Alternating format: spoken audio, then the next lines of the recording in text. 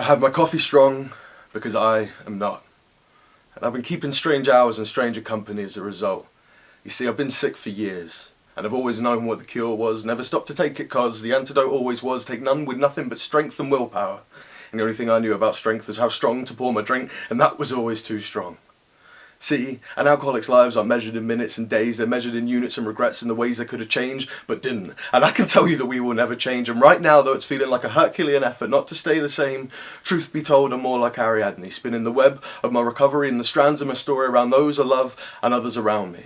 And as a poet, I know to always pick the option that gives the best story, but I've been slurring my narrative to every bartender in the city for the past 6 years that would listen, and some of those that wouldn't. The verdict is in.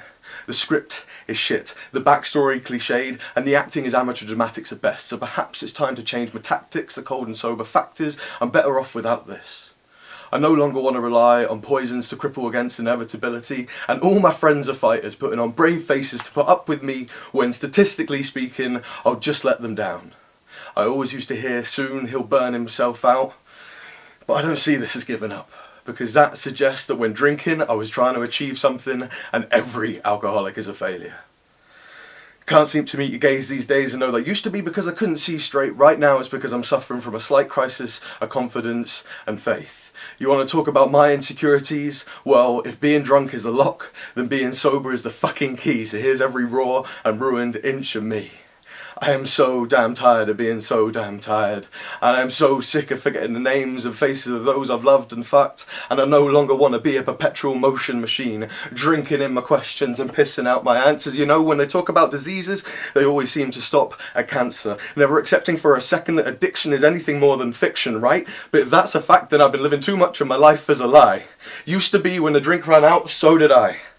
You best believe the only shot that I am interested in taking right is this one last shot that I have at leading a somewhat sober life. It used to be the rocks on which I drank my whiskey were the only geological permanence in my life. And how I miss those once rock-solid friends who can no longer let bygones be bygones. And I can't explain the weight of the world feels so unsteady sober that it feels like I don't have a leg to stand on. I bet they don't tell you about how addiction feels like boulders on the shoulders of those who sometimes wish they never had to grow older. I bet they never tell you about the turbulent tremors in the mind of an addict, or the way that landslide withdrawal hits you so hard you feel sick. Though these tremors make my fingers look like earthquakes, I am ready to raise my seismic hands to the skies and tell you that I am done feeling rock bottom. They tell me that it only takes 12 steps, but it's already looking like thousands, and though I'm standing on the shoulders of giants as friends, I'm looking up at the tops of mountains. But I'm ready to use my strength and my will to start making these mountains look like fucking molehills. And let me tell you that every journey begins with just a single step, so let me take my first one here real quick.